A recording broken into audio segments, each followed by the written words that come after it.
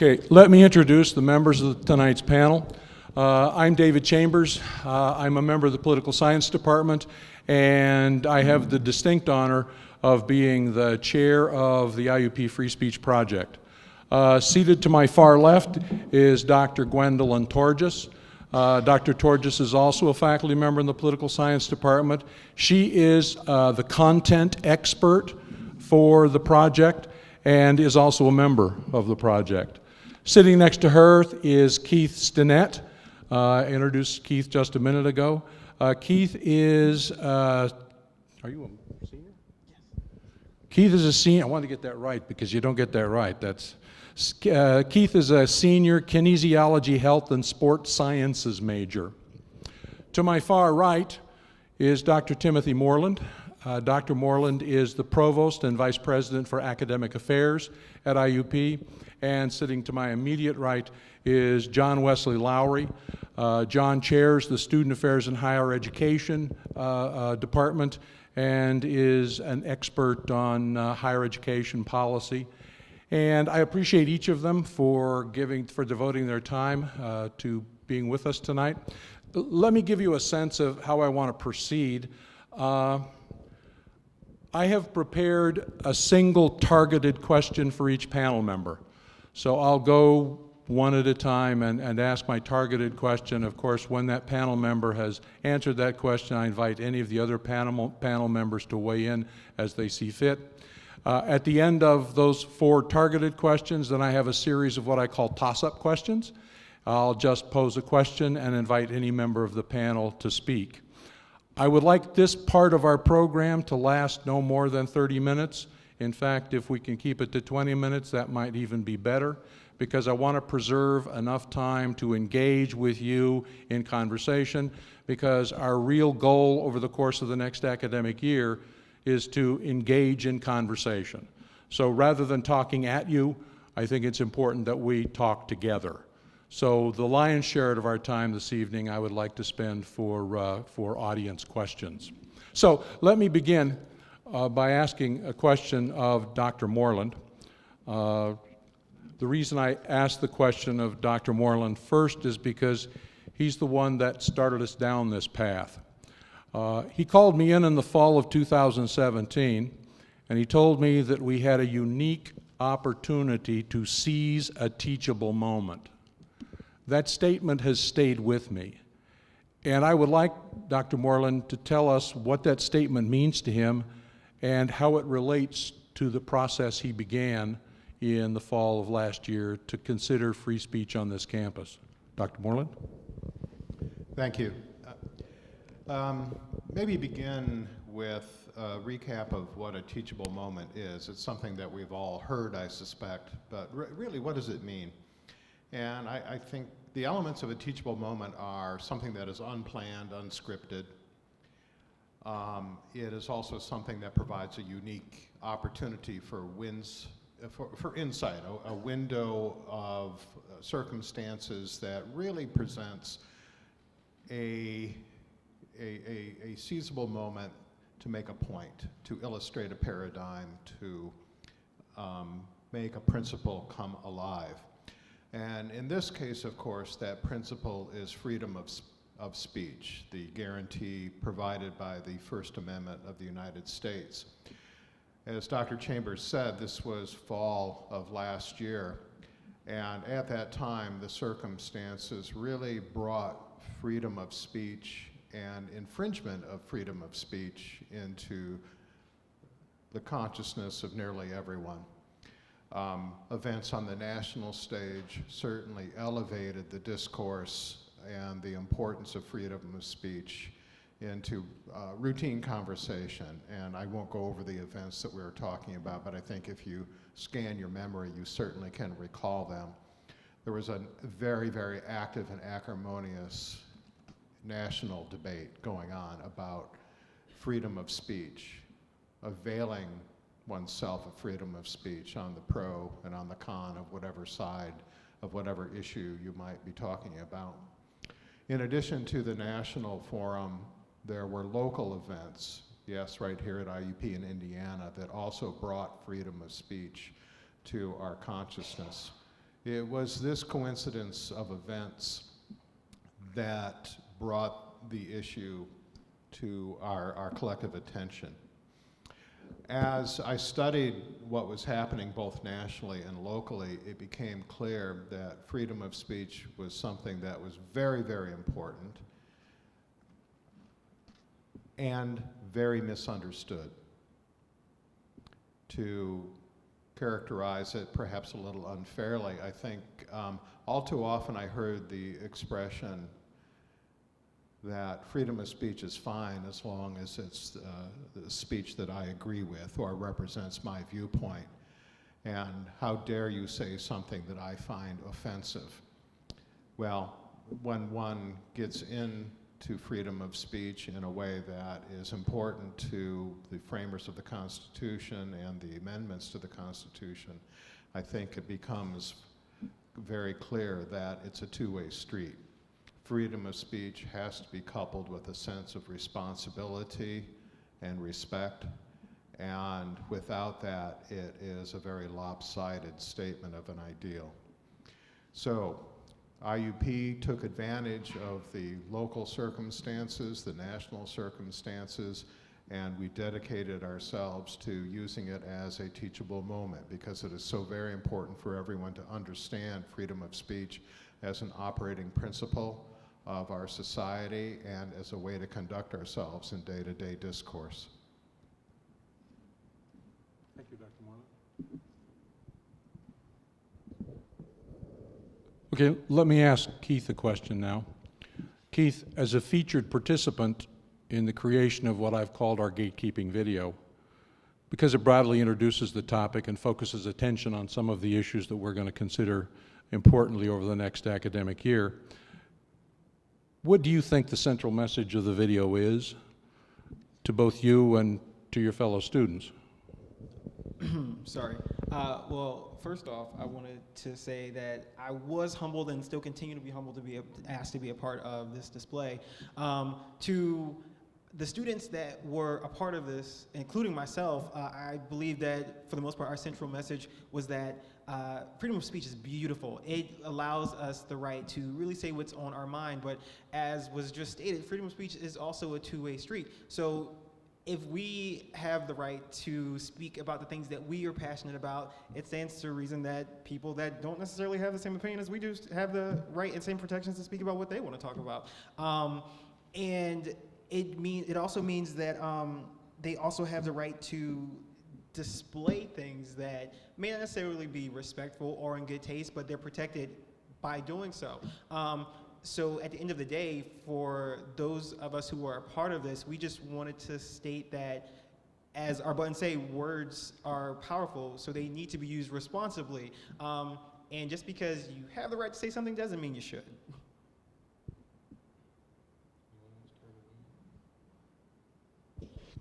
Gwen, you're the content expert. Let's go to you next. From your perspective on the First Amendment and its meaning on public university campuses, what do you see as the most important issues that will guide our conversation over the coming semesters? Well, from my perspective, I welcome this opportunity to get grounded in an area of constitutional law that I think is perhaps one of the areas of constitutional law that's most meaningful. And so to find out what the law says, and maybe as a society, we may eventually come to want to, as a society, change what the law does and doesn't protect. But before we do that, I think we have to fully understand. So briefly, offensive speech that's offensive or disfavored or causes fear is protected because the government doesn't get to choose viewpoints between viewpoints. And that's a good thing. It's part of being in a democracy. There are exceptions to that. And when speech is specific and causes an imminent, probable, immediate threat, then it can be punished or prescribed. And some of the things that people call hate speech are actually crimes, other kinds of crimes. So harassment is still a crime, assault is still a crime, and the last thing I'd say is, I think we need to explore things other than censorship for creating harmony on our campus, because there's lots of other ways to promote the kind of welcoming and diverse environment other than stopping speech. Oh, and by the way, it's gateway video, not gatekeeper video. Sorry about that. Gateway video. That has a very different connotation. Yeah, that does have a very different context. You are correct. Thank you. Oops. As I tell my students in class, that's only the second mistake I've made in my life, so, yeah, and if you believe that, I got a bridge you might be interested in. I've been doing some reading lately about the so-called internet generation, the iGeners. Sometimes we refer to them as Generation Z. This is the generation of college students that was born after 1995, the generation that began to enter college in 2013. There is research out there to suggest that members of iGen are deeply concerned about safety, most particularly emotional safety. In the words of San Diego State University psychologist Gwen Torges, many members of iGen believe that, quote, one should be safe not just from car accidents and sexual assault, but from people who disagree with you. Dr. Lowery, can you comment on the changes in university culture that emerged as a consequence of the changing attitudes towards speech, censorship, and safety?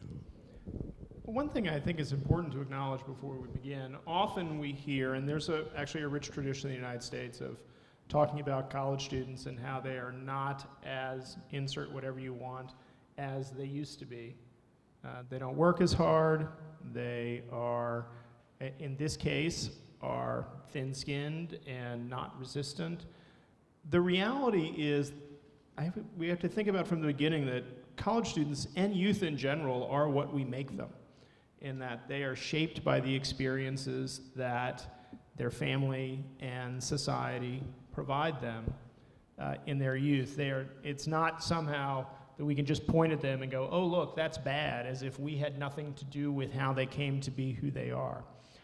I do think one of the significant differences as I look back over time is that we seem to have reached a tipping point where in the past we imagined the constraints upon students primarily being imposed upon them by the institution. And now we see more and more it's the students themselves who are saying, to the university, you need to step in and do something about this, whether it's preventing a speaker or responding to an incident or simply helping to solve problems that perhaps in the past students would have been more likely to deal with themselves. Now, there are a number of factors that Torges and others have pointed to that have contributed to that. One is the fact that families are smaller as a general rule than they have been in the past. So students' experience with conflict with siblings and others is not as significant as it would have been. We have a trend that can be dated all the way back to the 1980s of overprotection, one might argue, of scheduling every moment of students' lives, and that goes back before the I generation was born. These are trends that did not come out of nowhere. They're a continuation of trends that we have seen over an extended period of time. But probably one of the pieces that is most significant is this equation of speech with violence, which as a philosophical concept perhaps is valuable, but I think what has happened for many is it has seeped into the way they think about the underlying legal issue. And they say, wait a minute, speech doesn't protect, violence is not protected by the First Amendment, but when you have a definition of violence that is much broader than we historically have, it's not surprising that there are issues. And I do think one of the other things related to Dr. Chambers' question about what we hope will happen this year, one of the things that students, and they aren't alone in this, don't possess, and we need to help them possess and build, are the skills to actually deal effectively with conflicts. And far too often, and this is not limited to college campuses today, that's for sure, we spend far too much time talking past each other and not enough time talking with each other. And that's not going to solve every one of these situations, but there are certainly some of them that grow into much more because of the failure of all of us to actually talk with one another rather than talking past each other. Let me play off one of the things you just said, John. I'm reading a book now that compares the education of young people to the development of a healthy immune system. And the authors argue that students should be exposed to challenges and stressors, or they will fail to mature into strong, capable people who engage productively with people and ideas that challenge their beliefs and moral convictions. How does that fit in with the conversation we're having here? And this is to every panel member. I do think there's some value in that notion. It's simplistic, at its most simplistic though, it breaks down. You know, we do not develop a stronger immune system in a population by exposing them to Ebola or the plague. Instead, and we can go back and we can look at the work of a psychologist by the name of Nevitt Sanford, who interestingly connects to this in a number of ways, in that Nevitt Sanford made the principal decision in the 1950s to leave his faculty position at the University of California at Berkeley rather than sign a loyalty oath, which they were popular during the McCarthy era. Sanford was not a communist by any stretch of the imagination, but it was he believed it was an affront to what the university stood for. And a decade later, he was one of the active supporters of the free speech movement at the University of California at Berkeley when it began in 1964. Nevitt Sanford wrote about two key concepts that were necessary for growth. One was challenge.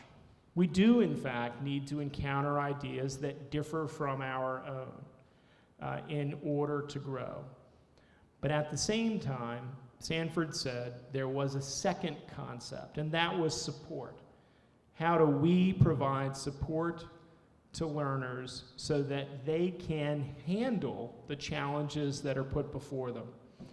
What I think Greg and Jonathan are criticizing is an effort to remove the challenges completely and to either make them go away or to handle them on behalf of others, rather than providing that support.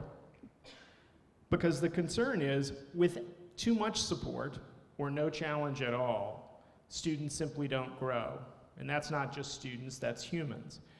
But at the same time, there's a flip side that we also have to be concerned about. With too much challenge, the risk is that students won't grow and they'll quit trying. Bob O'Neill, who's former president of the University of Virginia, and he's a First Amendment scholar in his own right for decades, writing in the 1990s about hate speech codes when they were first popular. Part of his argument was by completely banning speech that we disagree with, one of the risks we run is that we drive that speech underground and we serve to harden those beliefs. Our goal is not to harden those beliefs, but to challenge them appropriately so that students might re-examine their beliefs, and some may come to change them. Yeah, no, when the comment about the challenges, it reminded me of a quote that I have outside my door. It says, it's through your struggle that you find your strength. And I looked, as far as the challenges go, I kind of equated that to my own life, that the personal challenges that I've gone through have shaped me into the individual that I am today, sitting here right now. So in a sense, it's almost like had I not had those challenges and not had struggled, I wouldn't have found a way to grow and become who I am. So in that regard, people need to have challenges. People need something to help shape them in who they are. So it's almost like the things, sometimes, I won't say it about everything, but a lot of the times the things that happen to you sometimes happen for you. It seems to me that the conversation we're having flows kind of nicely into the buttons that we handed out back there and the buttons that we're wearing.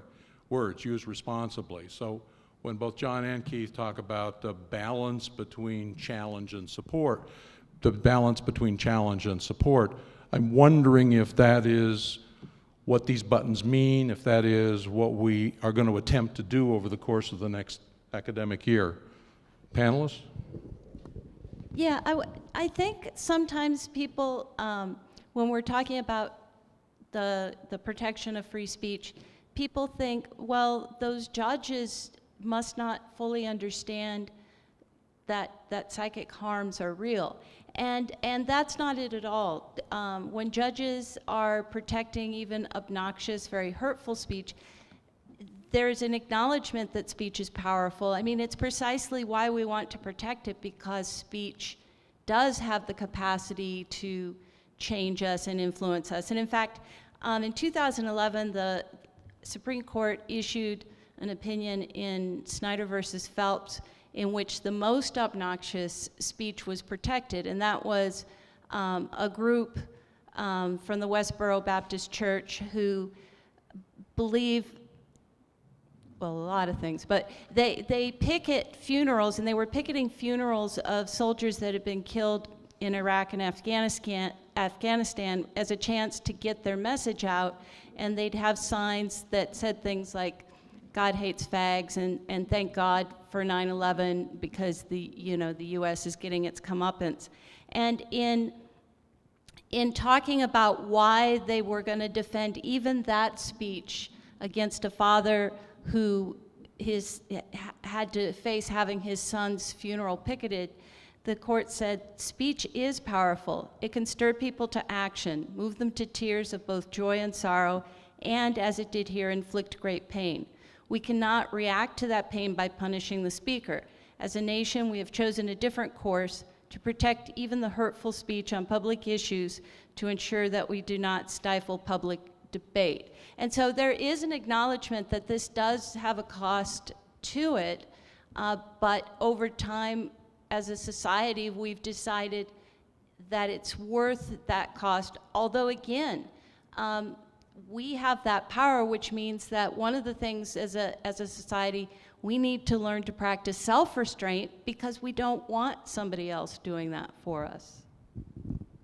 I'd like to add a thought too. Very recently, there was research was published that gave some insight and information about how it is that clearly erroneous and wrong beliefs are sustained and supported. Obviously a close cousin to the notion of freedom of speech.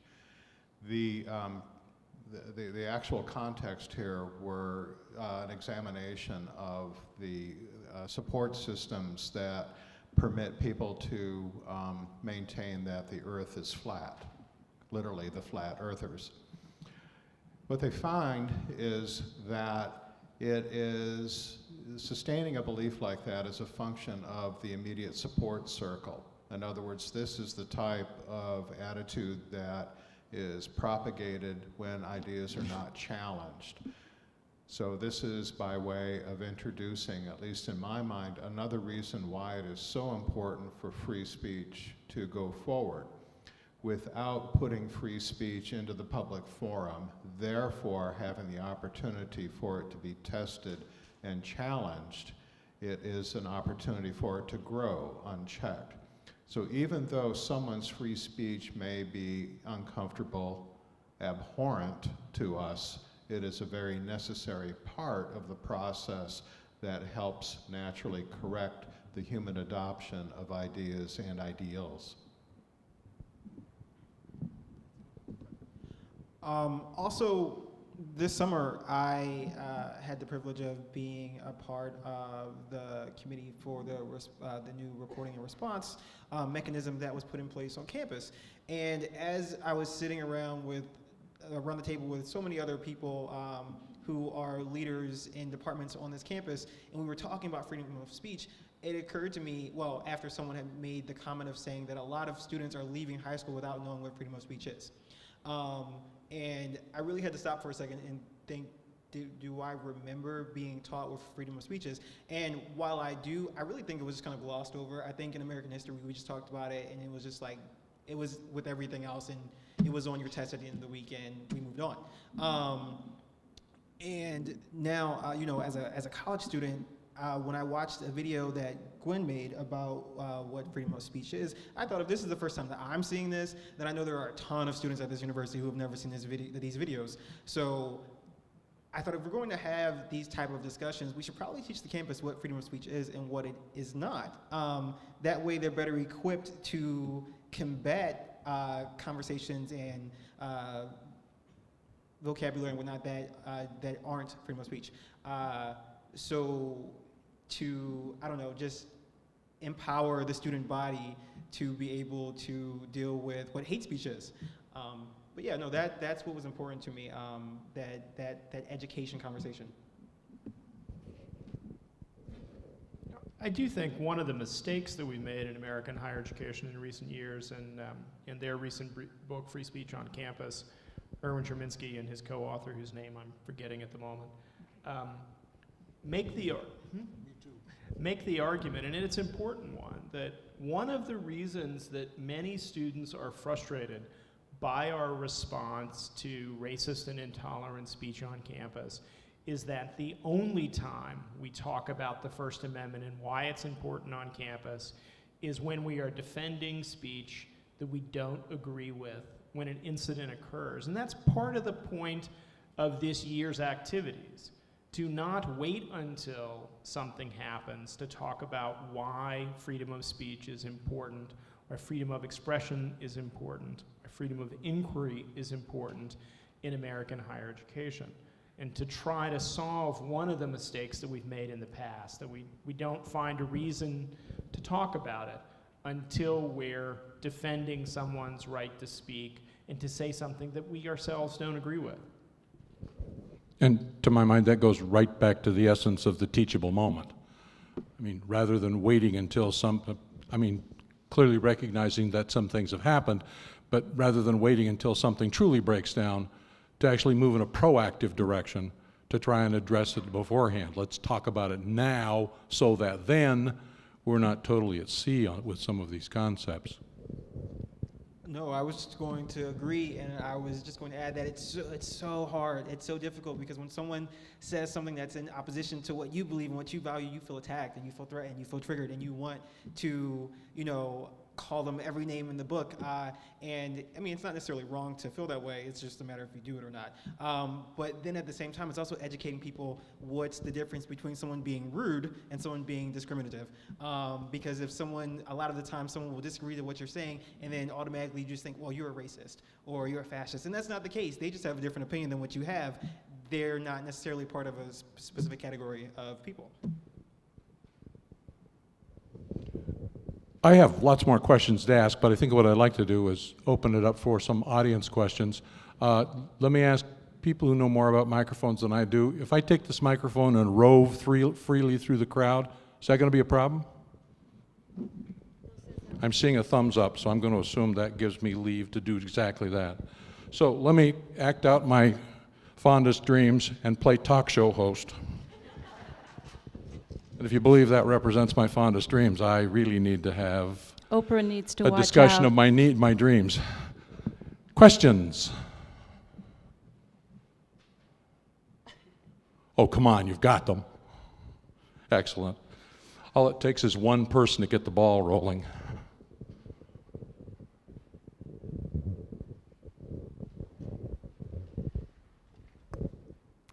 Okay. Really like that? Okay. So she was saying earlier how we can't punish people for like freedom of speech, even though like the things they say are hurtful, like how you use that court case. Now, like the situations in schools where like kids are being bullied and they're saying like hurtful things like that and they get punished at school, How is that different? When I teach constitutional law, I have kind of a backup phrase that I use that kids are different. So the courts have said that public schools have a little bit more latitude because they're acting in loco parentis, meaning they are acting as a guardian during the course of the time that they're there. And so although we need to remember that even K through 12 kids don't check all of their constitutional rights at the school door. So the court issued an important decision back in 1969 in Tinker versus Des Moines, where the right of students to wear a black armband in protest of the Vietnam War was protected, even though that caused distress to some other students who had family members who were fighting in Vietnam or even had died in Vietnam. We kind of think now, oh, everybody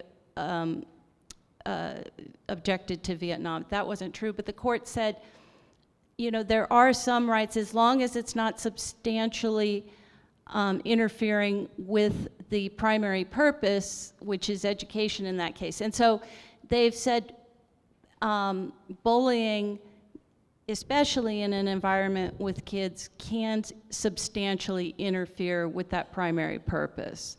And so it's allowed in that context, but the same kinds of comments once you're in an environment where people are older than 18, it doesn't apply anymore because they are full agents and adults.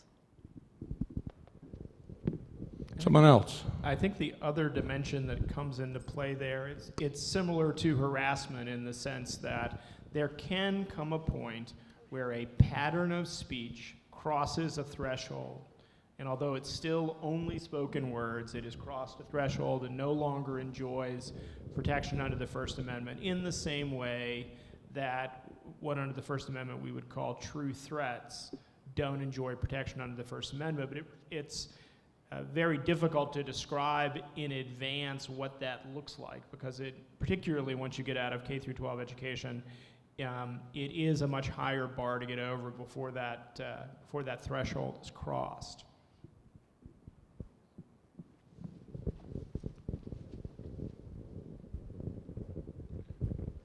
So we've been talking about freedom of speech in the context of the university, and this is kind of connected with an allied concept of academic freedom.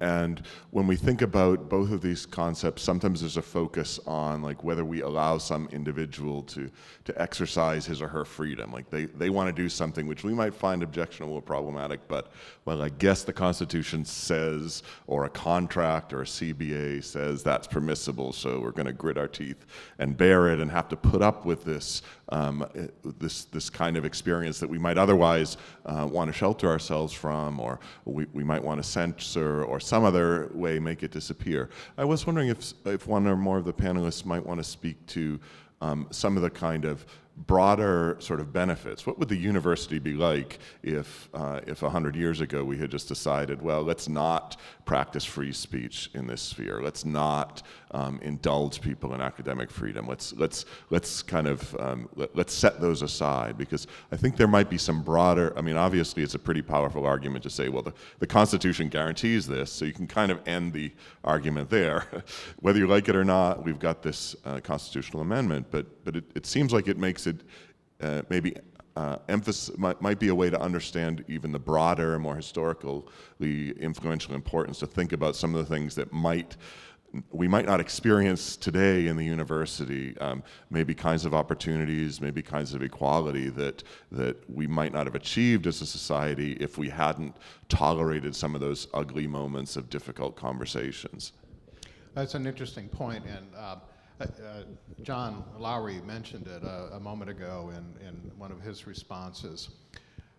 We nearly did that experiment in the 1950s during the McCarthy era, and it was very fashionable for institutions of higher education, particularly public institutions of higher education, to impose a loyalty oath or a non-sedition statement or something equivalent to that. They were around like popcorn at a theater at one time. And that is actually the beginning of the official recognition of the concept of academic freedom. It's a separable legal construction now, but academic freedom does have a clear antecedent within the First Amendment. I would point out that in terms of, I don't want to contemplate the apocalypse, see what I did there, that might be suggested by not having academic freedom. But I would point out the importance of the bottom part of the buttons, which has the word responsibly in it. Every statement of academic freedom, including that of the AAUP, which is the most commonly cited instance of academic freedom, has a coda after it, which is and responsibility or and professional responsibility. The two concepts cannot be separated. I think too, what we're in a moment in we're in a period of history right now where it seems like people who seemingly have the power are the ones whose free speech rights are being protected. But that's kind of an unusual blip. Historically, it was the most vulnerable, the most hated people who were protected by and allowed to speak because of the First Amendment. So we wouldn't have had a civil rights movement without the First Amendment. And so actually it's weird to people of my generation to see who the First Amendment is affording protection to, and younger people don't realize it wasn't always the people who maybe have the power. It was usually the most vulnerable who were able to take advantage of the protections of the First Amendment. If we think about the conflicts that gave rise to the AAUP in the first place, we borrowed the concept of academic freedom from German higher education. So it began to get talked about in this country the years after the Civil War. But the conflicts that really gave rise to the AAUP were efforts by rich donors like Jane Stanford, as well as elected officials. Their efforts to fire faculty who disagreed with them, who were critical of them. And these were, at that time, relatively consistently, at what we would now call liberal perspectives that were being blocked. I think the other piece, if we fast forward to the 1960s and 1970s, and we look at there, beginning with the civil rights movement and the role that students played in the civil rights movement in the American South, and not just students in the South. A number of the students who were involved in the free speech movement at the University of California at Berkeley had participated just before that in Freedom Summer. So they were working in the Deep South in the civil rights movement, went there for the summer. And then later, the ways in which it was students who were marginalized, students who were involved in anti-war protest. If we look to the 1970s, LGBT students who were fighting for their rights that ultimately all students enjoyed. But as Dr. Torges said, initially it's students at the margins, historically, who have been the ones who've been fighting for their rights under the First Amendment. Although, Derek Bell made this comment, ironically, it has historically been not the students at the margins in terms of how they are perceived, but sort of the average student who benefits most from that struggle in the end. Sorry, I had a comment as well. No, actually, your question, it did allow me to think that, along with what you said, Dr. Torges, is that I wouldn't have been here if that was the case. Myself and other students of color and different minorities probably would not be allowed the opportunity to go to school here or many places if that was the case.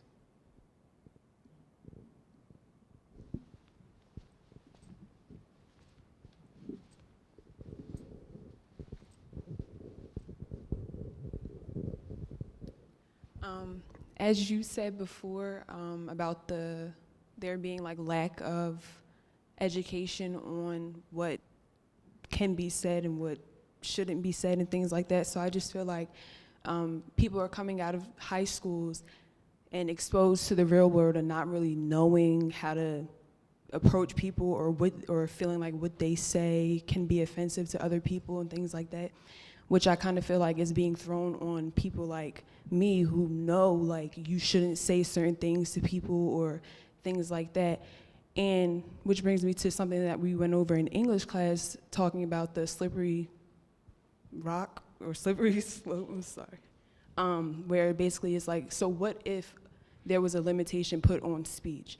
So then people start to think, well, if there's a limitation on speech, then it goes down, down, down. Then there becomes a totalitarianism and being told what you can say, what you can't say. But at the same time, it's like, when is the line going to be drawn between, yes, you can say this, and no, that's considered hate speech? No, I agree. I was actually just speaking recently. I was talking to one of my best friends. He is from Russia. He's going to school in UCLA.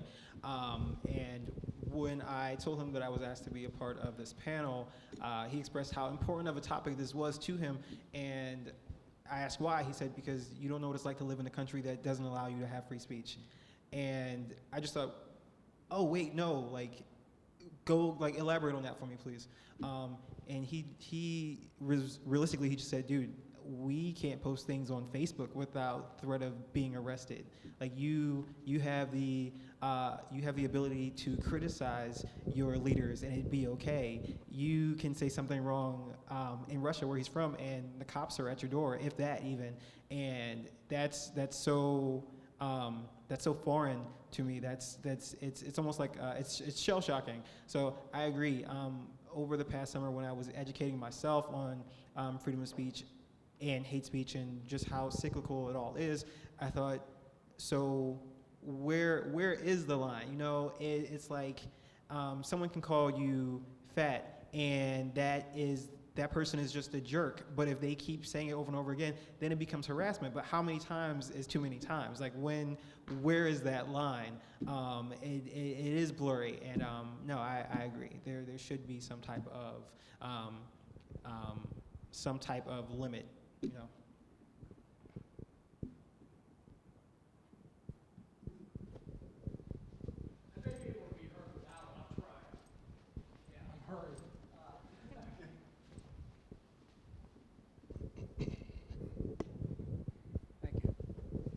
Having been a student in the 60s and 70s, I lived through some of this stuff.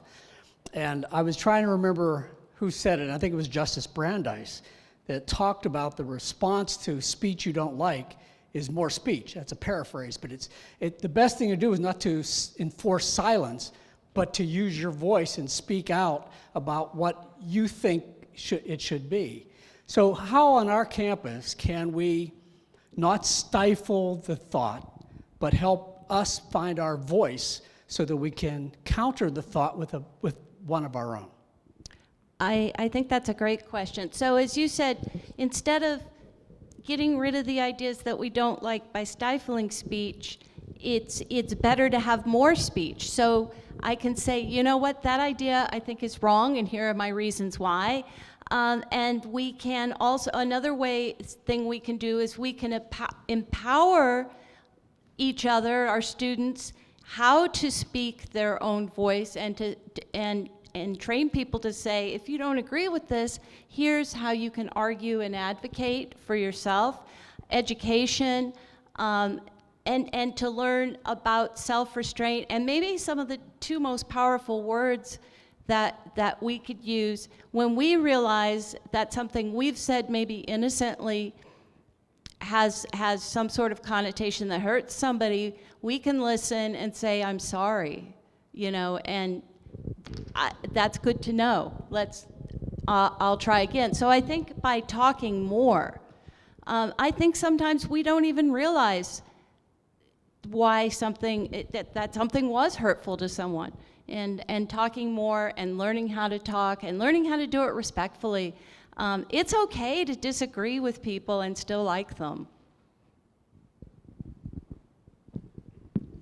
I agree with that because I was this. I won't even say this is my idea. I was watching Arrow. This was a while ago, and there was a conversation where two people on the show disagreed with each other, and the person who didn't agree with him was very dismissive of the conversation. She just did not want it to take place, and he was in opposition to that because he said our country was founded on these type of conversations about, being able to look across the table from someone that you may not necessarily agree with in their opinion, and you still leave, being friends. But now, in a sense, it's almost become rude to be rude, because to disagree with someone almost makes it seem like you're being rude. And that whole conversation was very transformative, because I just thought, when did that happen? Because you should be able to have a discussion with someone and disagree with them and still leave at the end of the day knowing that, this person is still my peer or this person is still my friend. But now that happens, and a lot of people are so quick to cut ties with anyone who disagrees with them. And I just don't think that's fair. I do think it goes back to a degree to my earlier comment of, in part, equipping students with the skills, and not just students, but ourselves with the skills to have those difficult and challenging conversations. I think perhaps another thing that we can do as institutions is show students models of what protest has looked like in the past. I think they haven't seen that in recent years, and when you look back to the 1960s, or to use the example before, some of the best work that has been done in terms of counter-protest is the work that has been done in response to the Westboro Baptist Church, and the ways in which communities have banded together to say, okay, fine, the Supreme Court says that you have a right to protest, but we have a right to counter-protest, and we're going to use humor, we're going to use art, we're going to use our skills, not only to respond, but to limit the impact of the messages, in their case, that truly are hateful, that they want to communicate.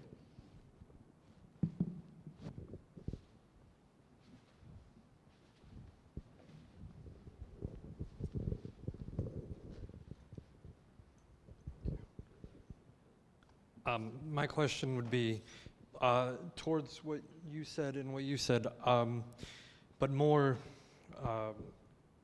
smaller, like community-wise. When you're speaking, I have a student, or I've talked to a student that fears to talk about what he is interested in, or fears what he may say could hurt others' feelings, and he's afraid to speak because he is afraid of, I know, circles. He's afraid to have arguments and be ostracized, I guess. So more of like, what should we do to talk to them in a more community, to get understanding of the community?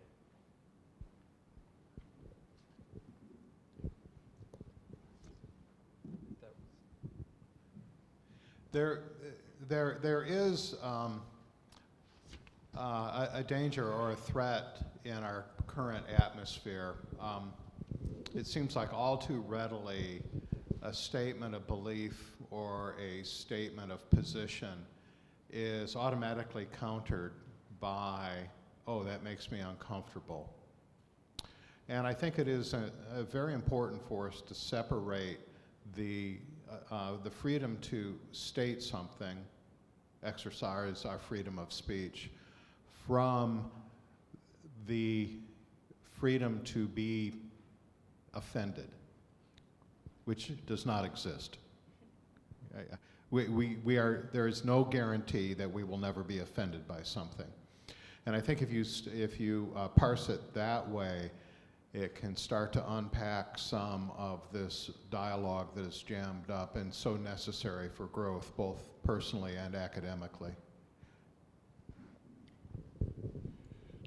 Do you think that has been part of the response, and that is we walk on eggshells? So rather than having contributing to conversations in which we might have something useful to say. We choose instead to hold back, to walk on eggshells for fear that somebody's delicate sensibilities will be offended? For some people, I believe that's true. Just because, well, going back to the original question, I was really trying to think of my answer, and I thought, well, I could go outside and say it's a sunny day, and someone just completely be offended by that, and like, no, it's raining. So I think no matter. I don't think you can do that in Indiana, Keith. Well, but no, I just think that no matter what you face in life on a daily basis, any conversation, there may always be that type of fear of being embarrassed or not knowing what to say. It's almost becoming comfortable with being uncomfortable. And in a sense, just because, no matter what you say, someone could be in complete opposition to everything that you're about. And I think that's something that we all face. The only thing that I could think of that would benefit someone in that sense is to talk with people who are in opposition to what they are saying that way, because it's an educational conversation. You should be able to do the things that you are afraid of in that sense. And if that's what he fears, then that's probably something that he should start doing. You know, one of the things that I do in my classes, I'm not sure how to manifest this outside the classroom, but sometimes I'll say, okay, let's stipulate that all of us are speaking in a way that we're trying to get out points and we're not trying to be jerks.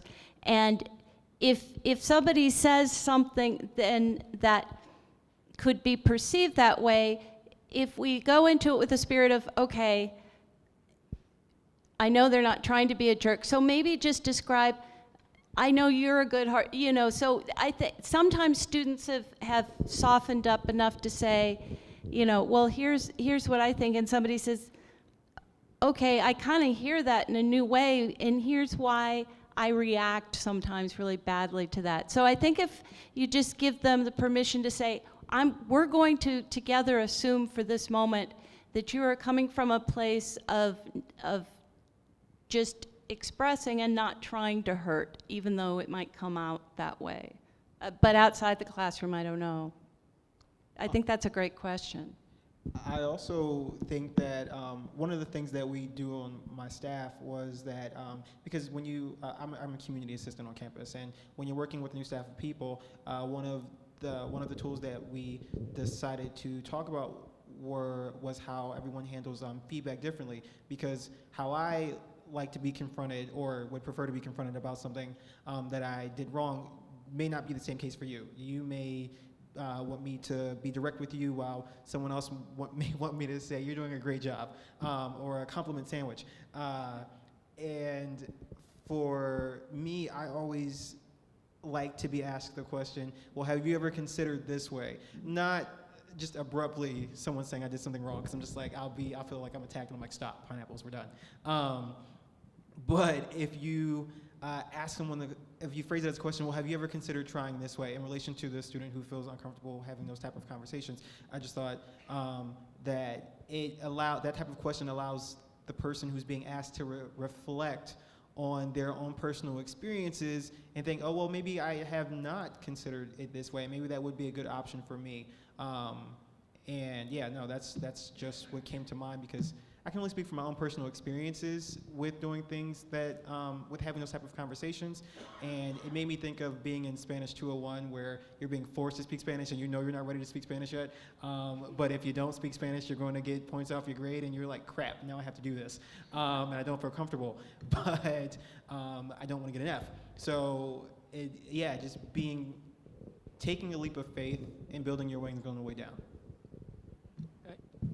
I do think also we have to remember, and this is something we can see in our broader society today, when those in the middle whose beliefs aren't that different are unwilling to engage in these difficult conversations, part of what we do is empower the most extreme voices.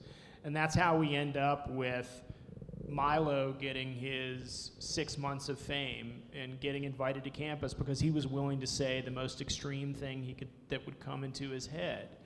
And part of why he was able to do that is because other people, faculty, staff, and students left a vacuum that was going to be filled by a voice. And the question was, would it be filled by reasonable voices, or would it be filled by voices that are less reasonable?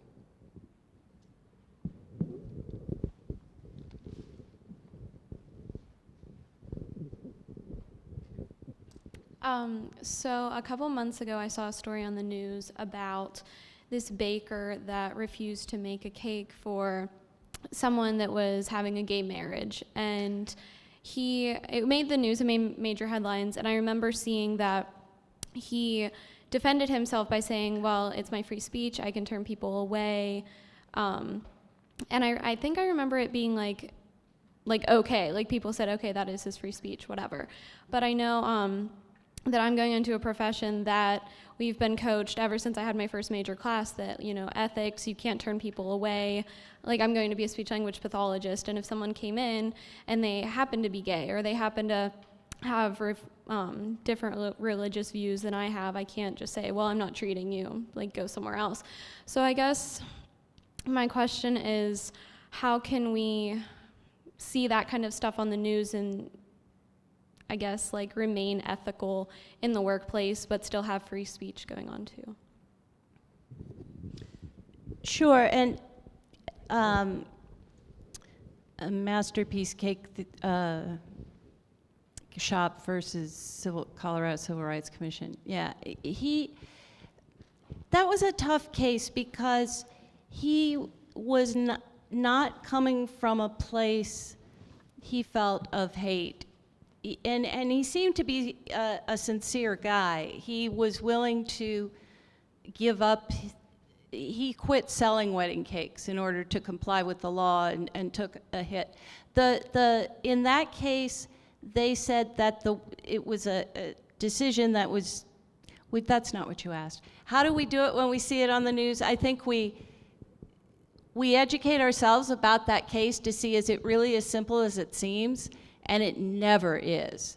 I mean, these things are complex with a lot of nuance, and you find that both sides feel honestly hurt and feel discriminated against. And so I think when I see things on the news, I won't give an opinion off the top of my head till I've read about it and tried to dig in a little more. So I guess that's what I'd say. Doesn't solve the deeper problem about the conflict with the ethics.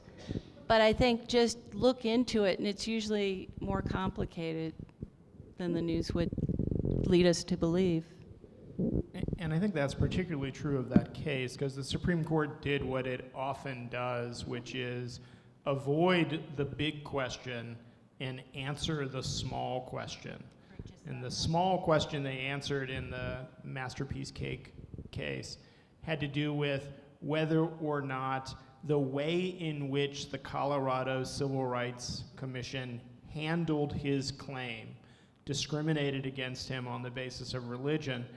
And they concluded that the way that it was handled was discriminatory and dodged the larger question of whether or not Colorado's civil rights legislation, as it was written, was constitutional. And the Supreme Court has a history of doing that. They sort of pick the small question and avoid the large question. So it's a question that still hasn't been answered, and it's one that is still very much in the news. And certainly we now see discussions at the federal level about whether or not pharmacists and physicians should be able to refuse to fulfill prescriptions or refuse to provide medical services that conflict with their religious beliefs. So it is very much an issue that is not yet solved, and one that probably will spend the next decade or more trying to find a way to effectively resolve. I'm going to use moderator's privilege at this point and call it. I want to end by, first of all, thanking the panelists. Dr. Moerland, Dr. Lowery, Mr. Stinnette, and Dr. Torges.